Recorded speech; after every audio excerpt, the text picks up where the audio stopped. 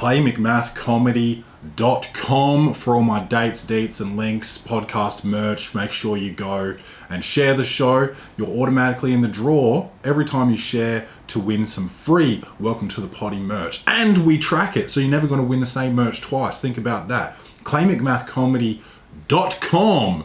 We've got so many shows coming up for Cold-Blooded Comedy. They're all listed on the website, claymcmathcomedy.com. Don't miss out. claymcmathcomedy.com. Oh my god, it's so big and strong. Bung Bung Coffee. Big, strong flavour. Competition? I don't think so. bungbungcoffee.com. Get yours.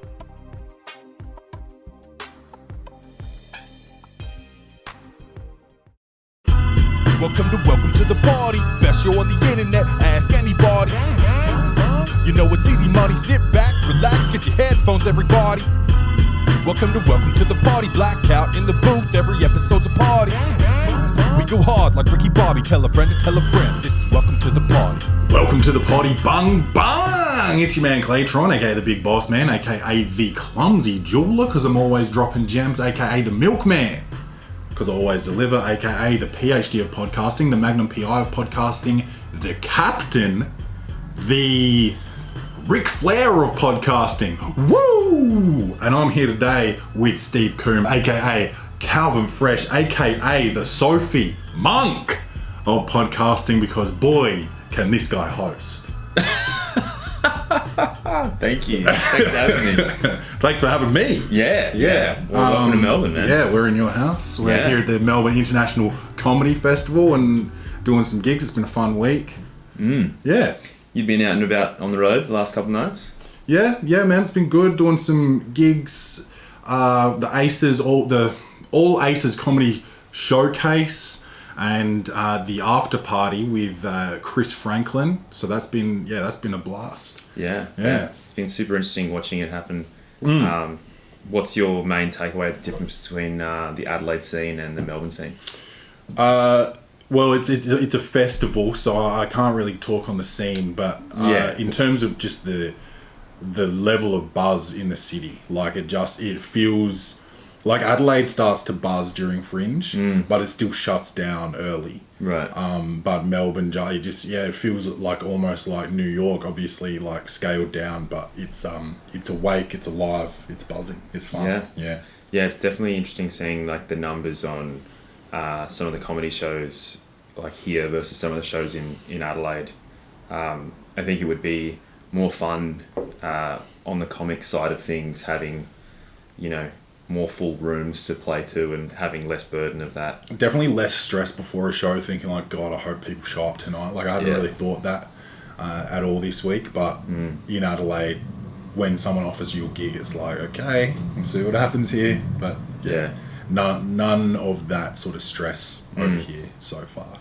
Which is, I think that's half the battle, right? Like once the room's filled, there's a few more targets to aim at, right? Yeah, exactly. No. We had a wedding on the weekend. We went to a friend's wedding, and I'm out of commission basically since then because I got dancer's knee because I was cutting up rugs like a freaking carpet layer. Yeah. I actually haven't seen you move that well in a really long time. To be honest, I kind of was worried about you the next day if you were going to be able to get up out of bed. Yeah, well, I made it, but it hurt.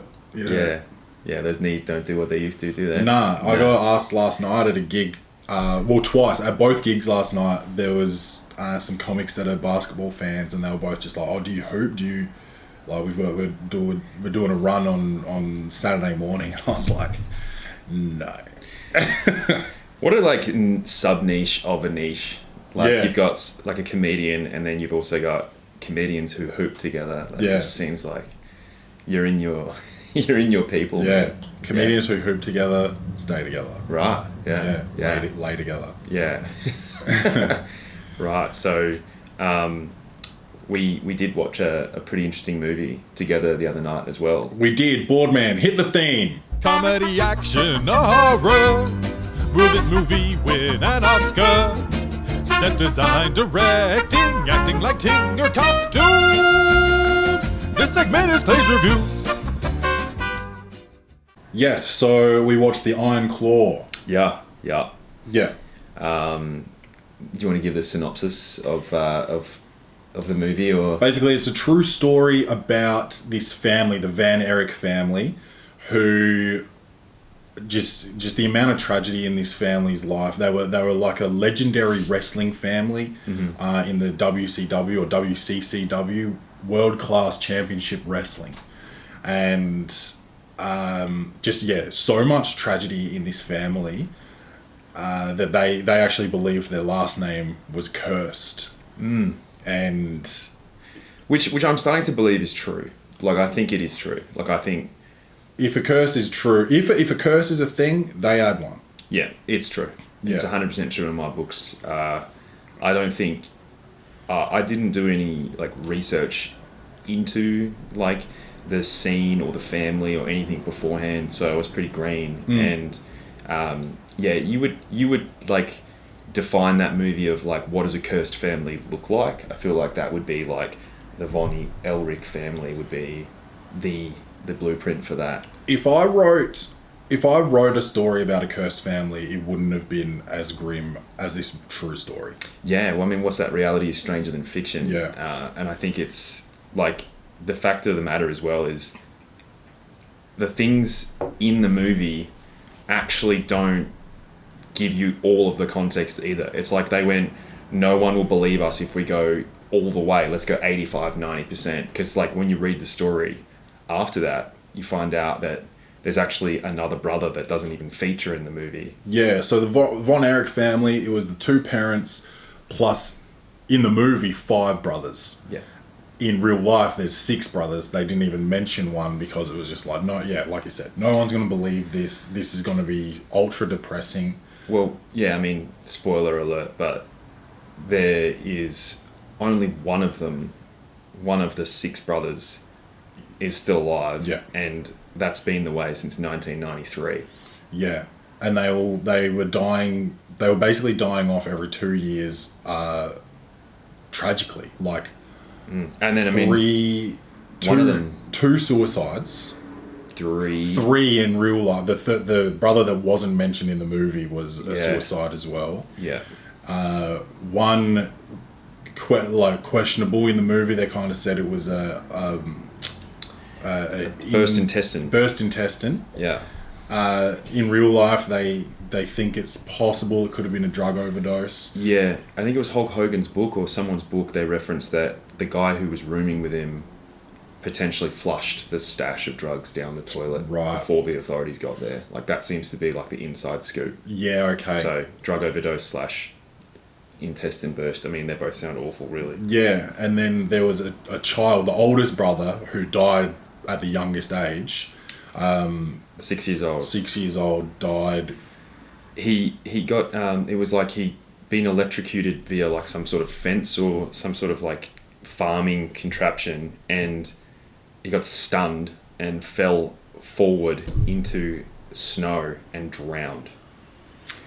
Like, the amount of like Final Destination that you would attribute to that family with that in itself is just ridiculous. But he was the oldest son, so like I think the bottom 3 or 4 kids didn't even meet him. Yeah, and I don't want to like explain you know, the details of every death, but there's just one thing that that they didn't go into in the movie that I had previously sort of, I think it was a podcast from where Ric Flair was on a podcast, and he talked about this family, and the Kerry Von Erich had a motorcycle accident, ended up having an amputated foot, and in the movie they don't really go into the depth of like he continued wrestling,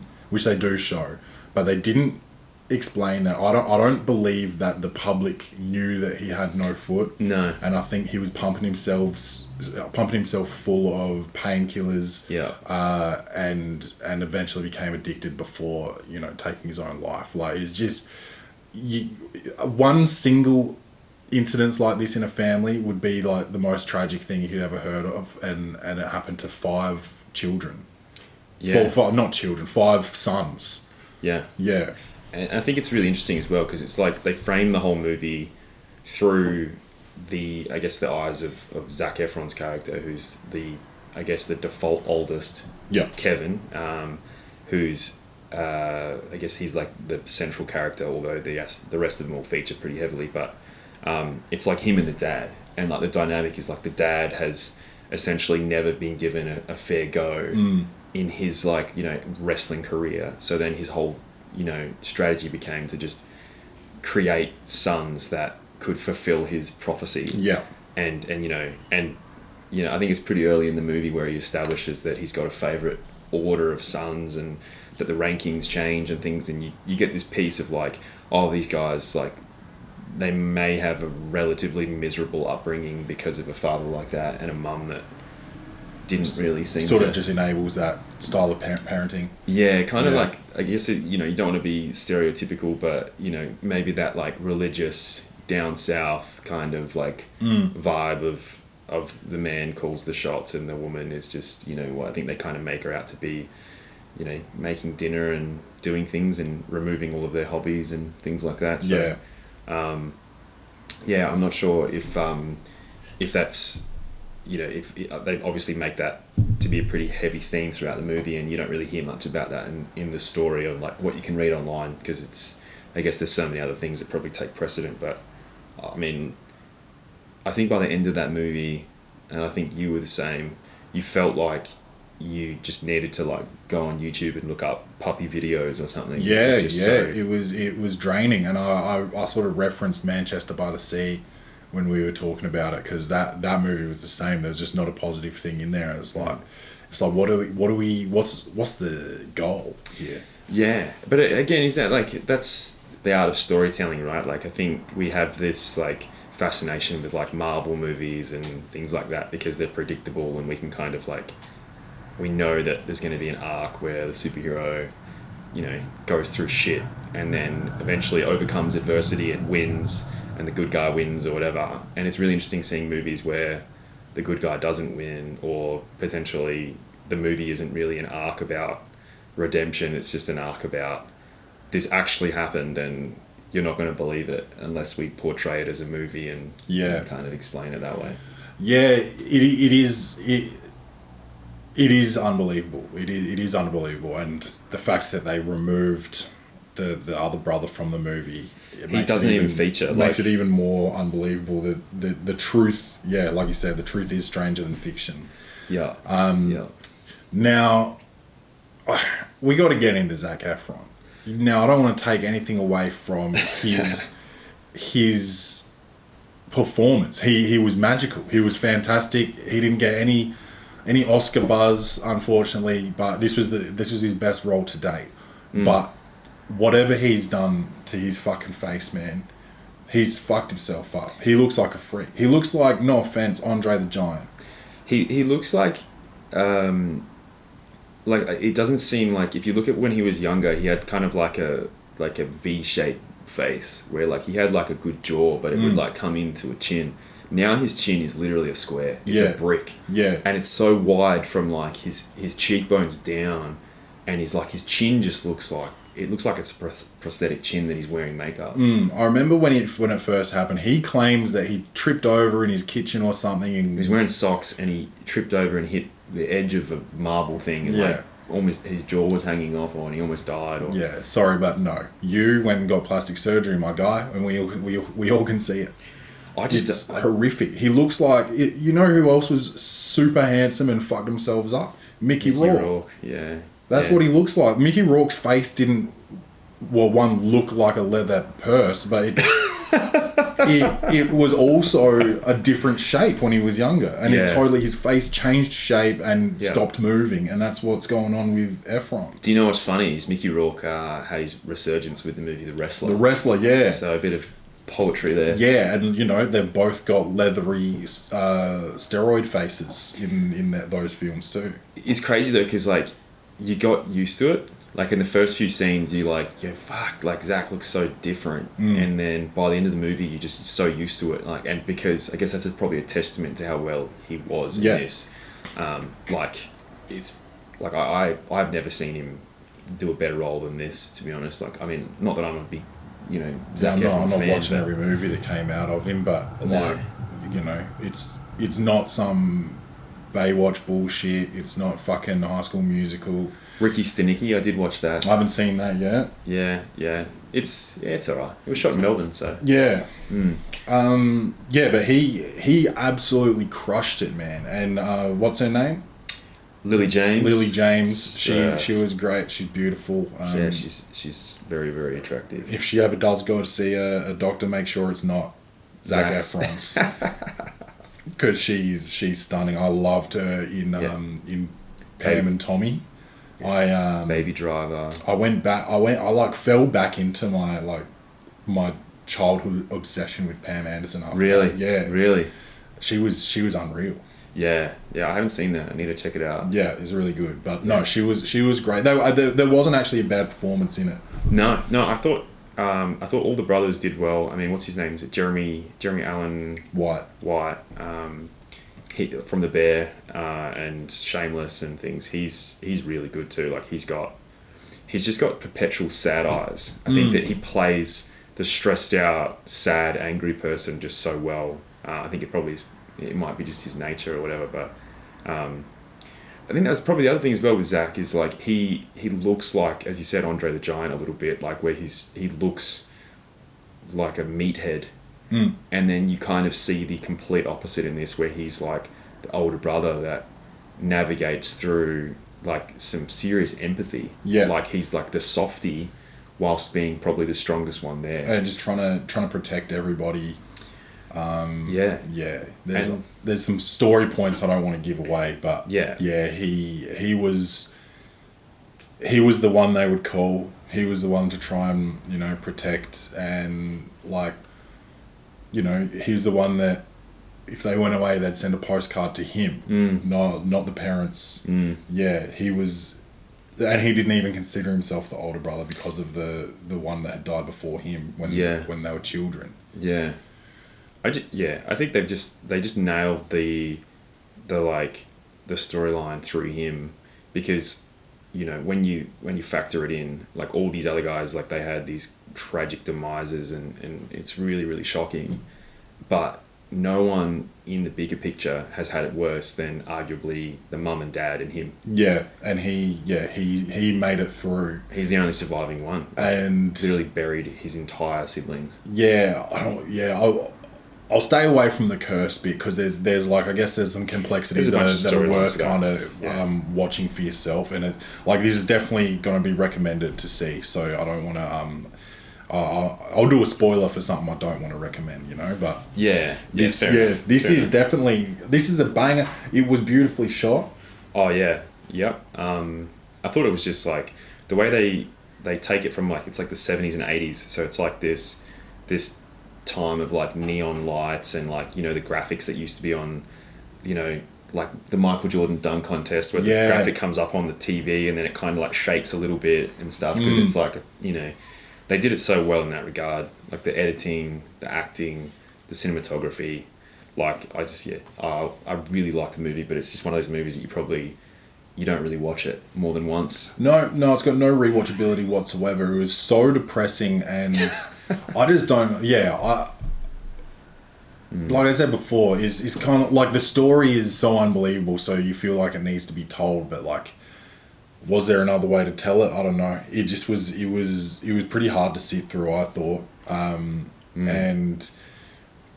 in the end, there's one point that I wasn't overly happy with. When Jeremy Allen White's character Kerry committed suicide, and then he goes, you know, to paradise or heaven or whatever you want to call it, to see his other deceased brothers. For context, he's the last suicide in the film. I mean, he was the last one to die out of the brothers, so there was only two of them left at that time. Yeah. And he goes and he gets to see all his brothers, and it's like, it almost to me was like, oh, the sweet release of death. He escapes the suffering through suicide, and it like kind of like, I don't know, it felt like a fucking advertisement for suicide. Like, oh, if you're struggling, just kill yourself and look how happy you can be. I fucking hated that scene so much. Yeah, I get the beauty in it, but I hated it. That's that kind of. I think that's the irony of those scenes is like, there's no way to do both. Like, you either go, he's in a better place now, and do it like that, or you just don't mention it at all. But if you do try and capture that, it's almost like vindicating why someone made that action, which is obviously like not what you want to champion. Dangerous. It's dangerous if someone's in a bad space and watches this, and you know, you probably don't like. That's probably not the type of movie you aim to watch when you're feeling like that. But I felt like that could put an idea in somebody's head. It just felt like a dangerous scene. I felt like the movie wouldn't have lost anything without that scene. Yeah. I think the whole thing was. It's probably like, the way I look at it is, the director put you through so much hell with, like, you know, basically forming attachments to these characters and then seeing them die, and then I feel like that was like the way of the director going like you know, it's not as bad as what it could, like what it really is it was kind of like a skirt to like the audience more, say, to be like this has all been, you've just gone through all this shit and all this heartbreak, and then here you go, here's a little bit of a tearjerker where you go, oh, okay, well that's better than, you know, what it would have been without showing some sort of peace of mind. I feel like then he doubled up, because the final scene with Zac Efron and his sons was kind of the same. They had the same meaning. Oh, yeah, but like that scene killed me, man. Like, again, not to spoil it, but I just think those things, like when you actually take that in context of, like, you know, no spoilers, but someone basically being visibly upset in the environment of their kids. Yeah. It's pretty, like, you look at it, if you look at it from any other way, you're like, all you do is just have a pit in your stomach of going, it just looks really painful. And I think that's another thing for Zac. Like, I think he just nailed this role. Like, yeah, he crushed it. Like, he did so well, where the whole time you forgot, one, that it was Zac Efron, probably more so because of his face, but he really did, like, he played this, like, kind of macho softy so well. Yeah.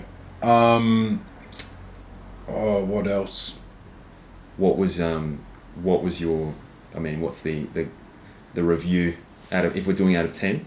It is out of 10, but first, snacks.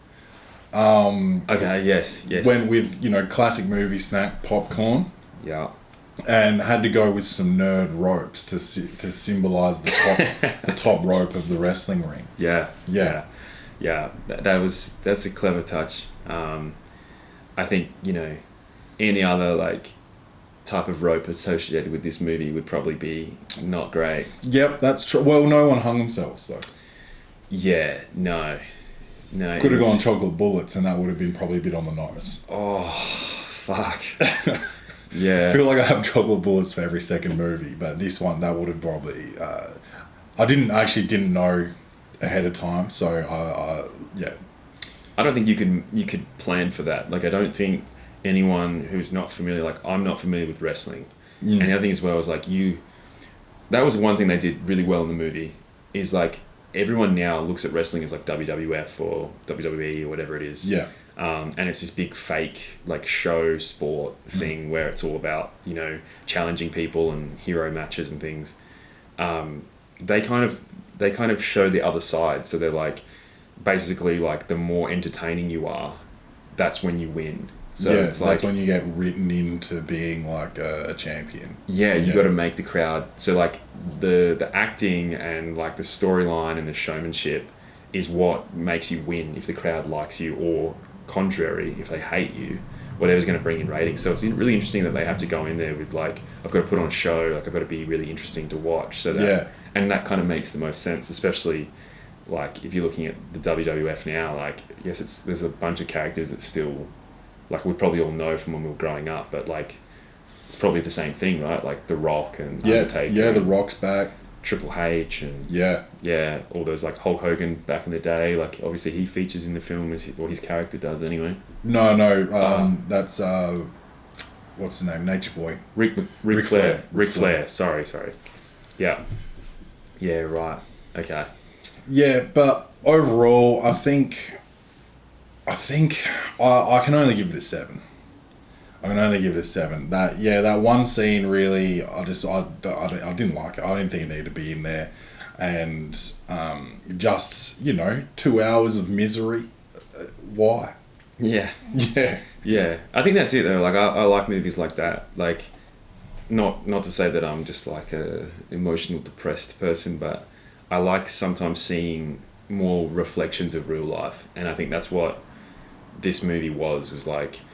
Every character was pretty flawed, or they'd had like a really traumatic upbringing, or they were like, they'd had been basically bullied by their parent or their dad, and their mum was complicit by not doing anything to help. And that was another thing through the movie where you could kind of see where obviously the Zac Efron character became like the second figure of parent. But yeah, I think it's like I would give it an 8.5. I reckon 8.5 that'd be the highest I'd give it. Like I had to, like the more I thought about it, the more I liked the movie. I just think it's one of those movies that is really good that you'll watch and then never watch again. Yeah, no, it's not getting another run from me. I mean, what's another movie that you reckon would be a one and done, but that's like a good movie that you would never watch again? Oh, Green Mile. Yeah. Green Mile was just like it's long. Length makes it hard. No home loans, no Diddy. But it's also just like depressing. It's so depressing. And yeah, John Coffey's such a sweet character, and the end for him is just, I can't stand it. Yeah. That'd be one. There's more. I can't think of any off the top of my head. Requiem for a Dream. I haven't seen that. Requiem for a Dream is a really great movie, but like just very sad, or just kind of messed up. I reckon there's a bunch of movies that would fit into that category. Oh, absolutely. I just can't think of them off the top. And even ones that aren't like super sad, but like Interstellar blew my mind. Yeah. Absolutely loved that film. I don't really think I want to sit through it again, to be honest. Yeah, but that's probably like the other part of it is like the magic of those movies is like you don't know what's happening next. So once you know, it's like not as magical anymore. Yeah. It's like not seeing it for the first time again. And there's a few movies that I really like that are like kind of like foreign language films, but there's one called The Hunt with Mads Mikkelsen. Feeling tired? F*** that. Perk up and level up with Bung Bung Coffee's delicious modern dark roast, your favourite brewer's favourite brew. bungbungcoffee.com. One of those movies, it's so well done and such a great like entertaining movie by like entertaining you with frustration. Like it makes you mad the whole movie. Like Good Time and yes, and the Uncut Gems. Uncut Chums. Yeah, there would be two. I could watch Good Time again. I reckon. I could watch both of them again. Really? Yeah. Right. Yeah. Okay. Uncut Gems. They're just not as depressing. Like this. Jesus. Uncut Chums is pretty. Like the ending is pretty depressing, but the whole movie. Although, shout out Kevin Garnett, he was amazing. Yeah, he was, and Lakeith Stanfield. Yeah, that was really good. I could watch that again, but maybe that's like once every 3 or 4 years. Maybe it's not like an annual. No, it doesn't get the rewatchability of any of those. No, it's not Wedding Crashers, which I watch once every 3 months. Forgetting Sarah Marshall was up on mine. Yeah. Anchorman, Superbad. What about any cult movies that you rewatch? Like I love The Godfather Part 1 and Part 2, so I watch that at least once a year. Well, once a year. I'm not that frequent. Those ones again, probably every 4 or 5 years because those are long too. Yeah. But in saying that, Pulp Fiction I watch probably once a year, and that's long. That's a long movie. Yeah. I've only ever seen that once. Yeah, right. Yeah. It's my favourite movie of all time. I know. I probably need to get a Pulp Fiction tat at some stage. Is it going to be The Dance? No, it'd probably be Samuel L. Jackson portrait, I reckon. Yeah.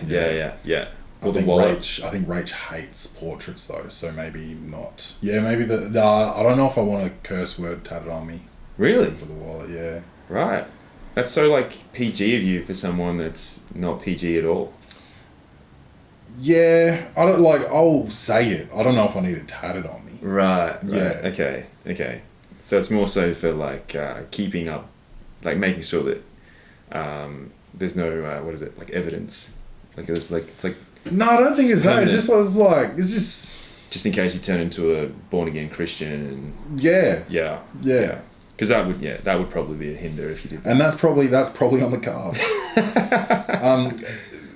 One more thing before we go. Do you have anything, like, obviously nothing can quite relate to the fucking heaviness, the sheer volume of tragedy in this film, but like anything that this film sort of like triggered for you in terms of like a personal circumstance?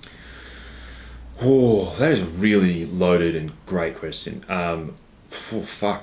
You just threw me into the spot. I reckon if I started anything, I'd probably end up crying and like laying on a couch right now, which probably would be the psych degree. I'd make you earn your money that way. But no, I think like, look, it's probably more of those things that you think about. Like, I'm obviously not a dad, but obviously want to be. So I think that would be something that I would take on board. Like a parent, what not to do in terms of parenting, It was just like, I think there's just so many things in that but then again, you go, well, what was that guy's childhood like for him to be that way? Because it was probably worse than what that's what we said when we watched it, like that the way what he treated his sons like, and he clearly loved them, but the strictness and the forcefulness of his ideologies were like, I think I said like that's probably 15% of what he got. Yeah.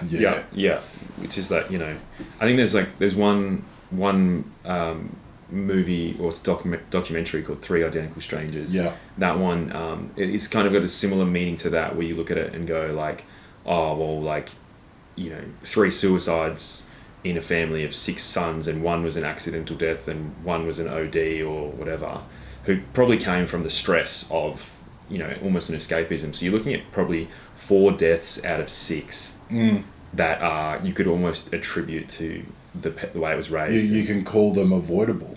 Yeah. They're unforced errors. Yeah. What's the word for it in clangers? Yeah. Clangers. Yeah. For me, I would say, like from the sporting perspective, especially Zac Efron and Jeremy Allen White's characters. Yeah. Jeremy Allen White sort of had the Olympics taken away from him through no fault of his own, no injury or anything. It was a beef between the US and Russia, and the US pulled out of the Olympics. So he was in the Olympic team. He didn't get to go, so he became a wrestler. He wasn't even a wrestler in the Olympics. He was a discus thrower. Yeah. So like a sporting dream sort of being taken away. Yeah. And then he didn't really have an identity, which is something that I've talked about ad nauseum on the Poddy, is like finding that identity once you leave something like sports, and you don't get trained on how to. I think the AFL does a really good job of it now. Yeah. But I never, it took me 12 months, maybe 24 months to let go of my anger and find a new purpose after I had retired from basketball. And just to confirm, that purpose is comedy. Yeah. And then the other one was Zac Efron's character. So his dad sort of redirected, you're the man, actually you're not anymore. And he did it to 2 brothers. So this one is now, this one is, since the other one's dead. Yeah.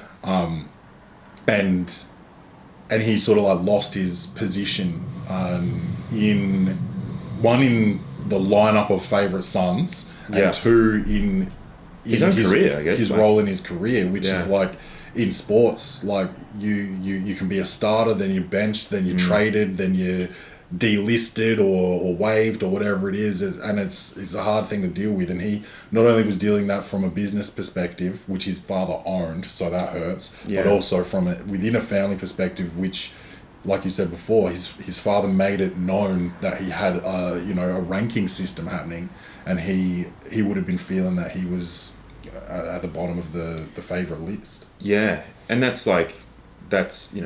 obviously ties into your own personal experiences with sports and stuff like that. And I think, that's one of those things that in movies you could see that as a common theme, or kind of that storytelling. It would be like pretty pronounced in so many different ways, of like almost the pressure that your parents have put on you, and once you have either lost that goal or lost that position or whatever, you just don't know what to do with yourself, and that's where it's like the hopelessness. There's the other side of it as well, is like the gold medal fever or syndrome or whatever, which was again Jeremy Allen White's character. Yeah. Fulfills the prophecy in some way or whatever. Like, it's very short term, but immediately, puts himself back almost in a self-harming way. So like, there's so many different ways where you could look at it like that, which is super interesting. And again, this was his I think it was his directorial debut. I think his last name Serkin, Dean Serkin or Dan Serkin or something. But he, I really would be interested to see what he does next now because of that. Because he'll get an opportunity, because he hit it out of the park in terms of direction, getting what he needed out of his cast, and I don't know who his director of photography was, but he's a Hungarian guy. Those guys smashed it. Forgettable score or soundtrack. I don't remember really anything going on there. Didn't really. 80s rock. Yeah, okay. A lot of 80s rock. They had the young kid playing it through the gym at one stage. The young musician. Seemed like maybe I don't know if he.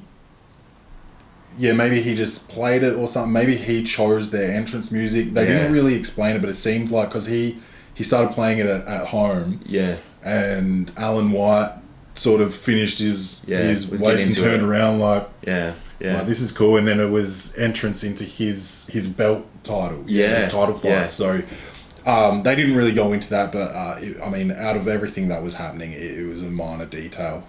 I think that was it. They really played on the dialogue. Like, they played on the absence of, I guess, those scores and stuff. Like, they had a lot of, I think the cinematography was pretty much always framing a position of, like, power or weakness, it felt like. Yeah, and things like symbolism, the mother's dress, and they kind of just explained it away, but at the fourth funeral, she was like, I can't wear it. Everyone's going to recognise it, because it just keeps happening over and over. Like, I don't want to dwell on the fucking. It was so depressing, man. But 7.5. No, 7 for me. 8.5 for you. Yeah. So what's that? So that's 7. a 7. 7.75. Yeah. Before we go, I just want to say, if anyone out there is struggling, man, like, 1, don't watch this, and 2. Talk to somebody, make a call, Lifeline, Beyond Blue, Black Dog, call somebody, get help, because it's hard for some people out there, and this movie definitely highlights that. But you know what it is. It's Welcome to the Poddy on everything. Follow, favourite, like, rate, review, 5 stars only. Tell a friend and tell a friend about the Welcome to the Poddy podcast. I love you guys. Don't forget to love yourselves, and as always, bung bung.